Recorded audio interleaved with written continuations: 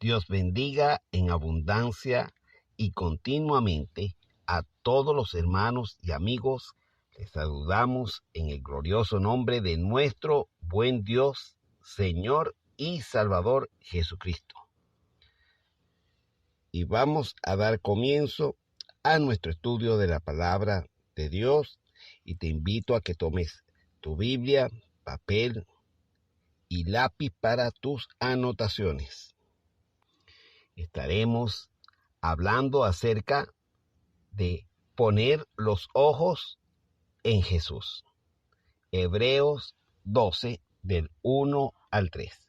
Y dice la palabra del Señor de la siguiente manera: Por tanto, nosotros también, teniendo en derredor nuestro tan grande nube de testigos, despojémonos de todo peso y del pecado que nos asedia, y corramos con paciencia la carrera que tenemos por delante.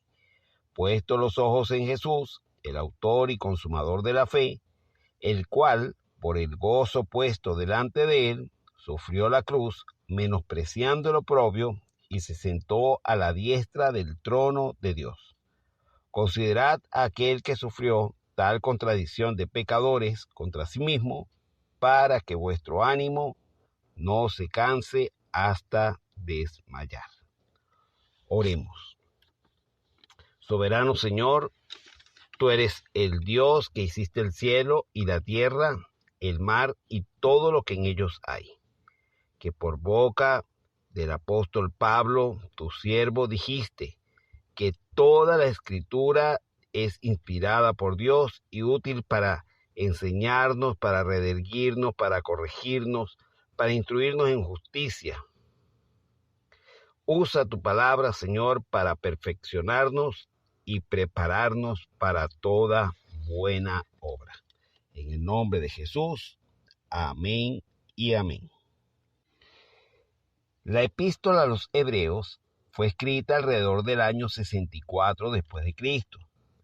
Se ha pensado que su autor es Pablo, por algunos indicios internos, pero en ausencia de una afirmación clara, se ha considerado como una carta anónima, que se desconoce su autor.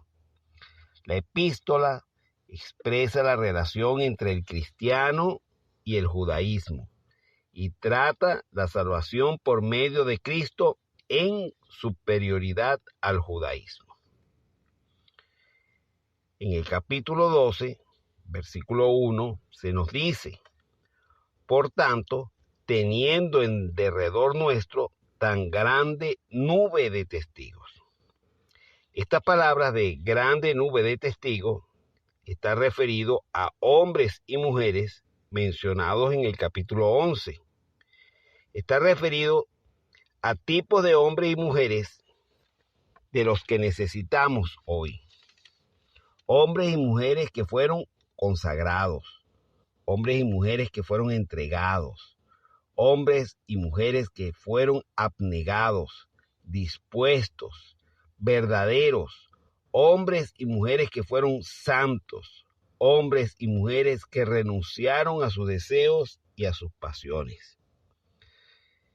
Y yo pregunto, ¿cuántos de los que están escuchando quieren ser como estos cristianos? ¿Cuántos anhelan imitarlos? ¿Cuántos desean llevar una vida como ellos? Ahora bien, de esa gran nube de testigos hay un común denominador, y es por la fe. Cuando leemos el capítulo 11, es la frase que se repite constantemente: por la fe. Y nosotros, cada uno, está llamado a lo mismo. Así como dice, por la fe Abraham, por la fe Moisés, Dios nos llama para que se diga, por la fe María, por la fe Gustavo, por la fe José y por la fe cada uno de nosotros. Y es aquí donde ahora nos dan las instrucciones para formar parte de esa gran nube de testigos. Se nos dice: Despojémonos de todo peso y del pecado que nos asedia. Despojarse, que viene del griego apotizemi, significa poner lejos, separar, alejar, dejar, desechar. Eso es despojarse. Y el peso significa la carga o estorbo. Es lo que produce doblarse o encorvarse. Esto nos indica que hay que poner lejos las cargas, separarnos de lo que nos estorba. Cuando se habla de despojarse de todo peso, habla o se refiere a un atleta, a un corredor. El competidor debía estar en su peso óptimo y para ello debía someterse a una dieta y a una disciplina. Y la dieta del cristiano, usted la conoce, pero la vamos a recordar. Es el ayuno, la oración, el estudio de la palabra, la congregación, el ofrendar, el testificar, el participar de la Santa Cena. Pero, ¿de qué cargas debemos despojarnos?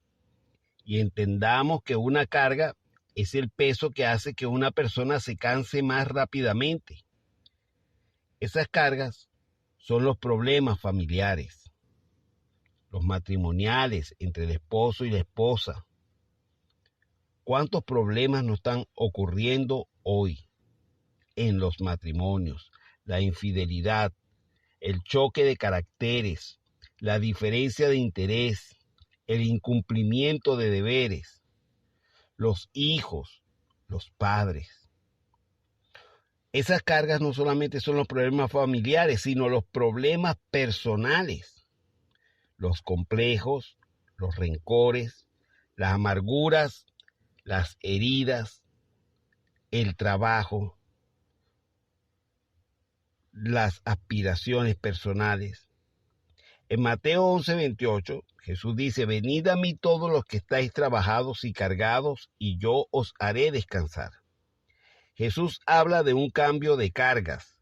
Él dice: suelta tu carga y toma mi carga.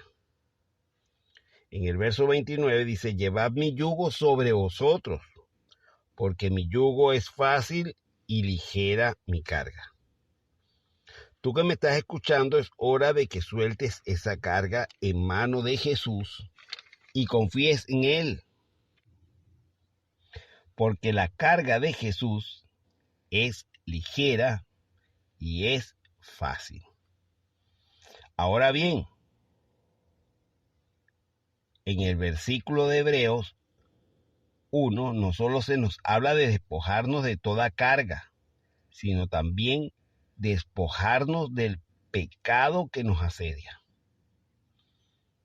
Entendamos que el pecado nos separa de Dios. Isaías 59:2 dice: pero vuestras iniquidades han hecho división entre vosotros y vuestro Dios, y vuestros pecados han hecho ocultar de vosotros su rostro para huir. Entonces, nuestros pecados hacen división entre nosotros y Dios, nos separa. Pero también el pecado trae ruina. En Ezequiel 18:30 dice: convertíos y apartados de vuestras transgresiones, y no os será la iniquidad causa de ruina. Entonces, el pecado trae ruina. Ya hablamos que despojarnos es separarnos, alejarnos. Nosotros debemos alejarnos del pecado. Si deseamos experimentar la bendición de Dios, debemos salir de cualquier pecado en nuestra vida. El pecado dice que nos asedia. Despojémonos del pecado que nos asedia. Esto se refiere a la estrategia de guerra de rodear una fortaleza con la finalidad de evitar el abastecimiento de alimentos y así someter esa ciudad. Eso ocurría en aquellos tiempos bíblicos. Eso es lo que busca el pecado, o eso es lo que busca Satanás a través del pecado. Evitar que tengamos comunión con Dios, es decir, que no alimentemos nuestra alma con las cosas espirituales de Dios.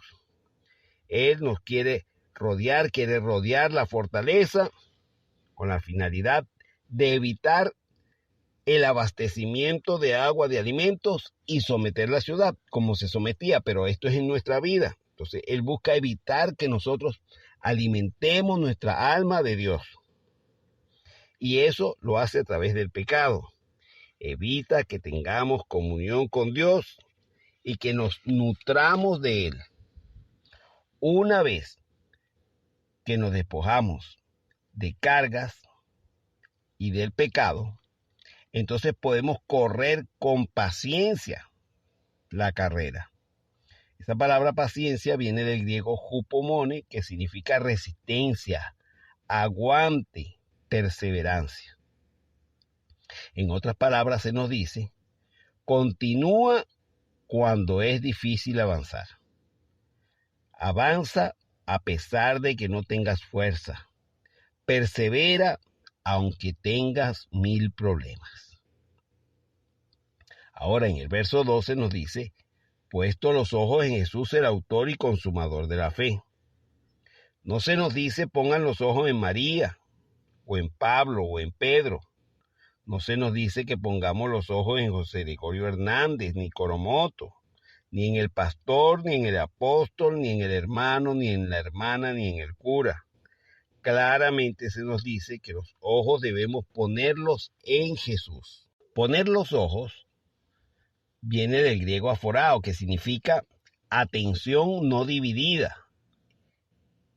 Es alejar la mirada de distracciones.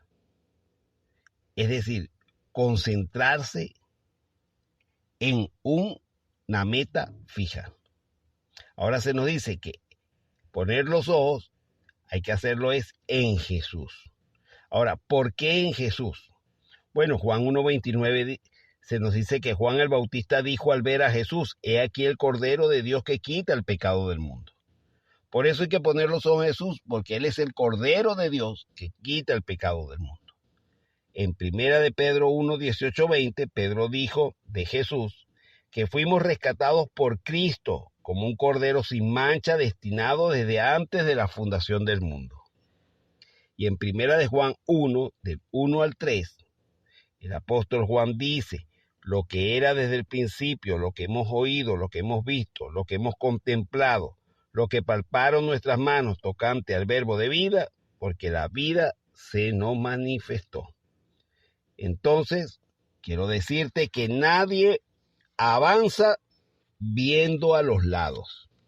Nadie puede avanzar teniendo la mirada dividida. Tenemos que concentrarnos, fijar nuestra meta, nuestra mirada, nuestros ojos en Jesús, el autor y consumador de la fe.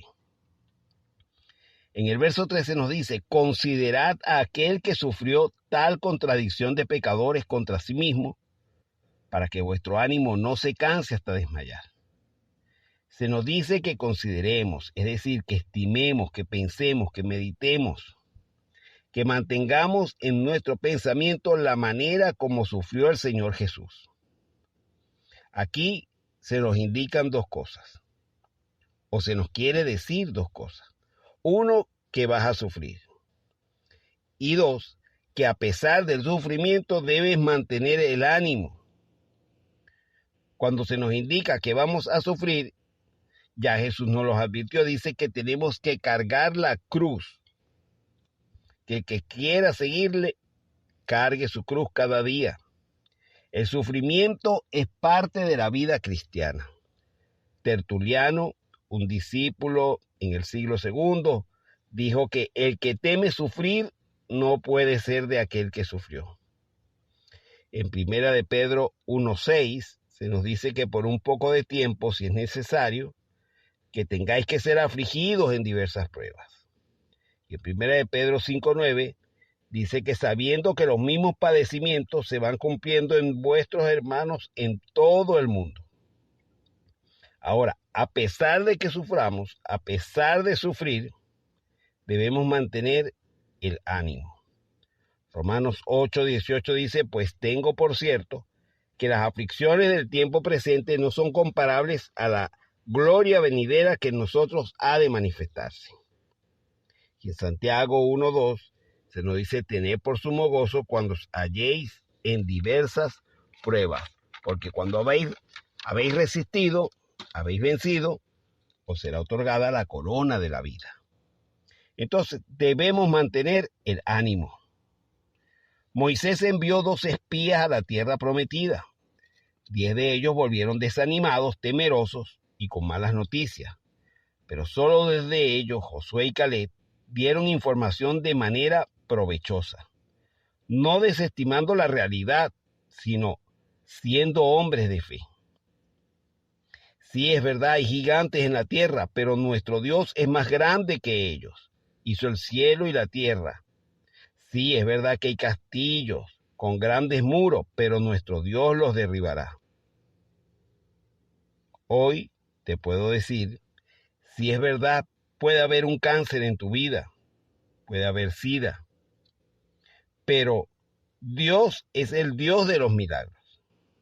Levantó a Lázaro después de 4 días de muerto, sanó a la mujer de flujo, le dio vista a Bartimeo, resucitó a la hija de Jairo. Hoy sigue haciendo milagros porque es el mismo ayer, hoy y siempre. Amado hermano y amigo que escuchas, Dios quiere que avancemos, que caminemos firmes, pero la manera de hacerlo es fijando nuestros ojos en Él. Oremos. Padre, en el nombre de Jesús, te damos gracias por tu bondad y misericordia. Ahora, oh Dios, te rogamos que tu Espíritu Santo nos fortalezca en el hombre interior, que podamos renovarnos día a día y así, oh Dios, caminar por la fe, haciendo tu voluntad. En el nombre de Jesús, amén y amén.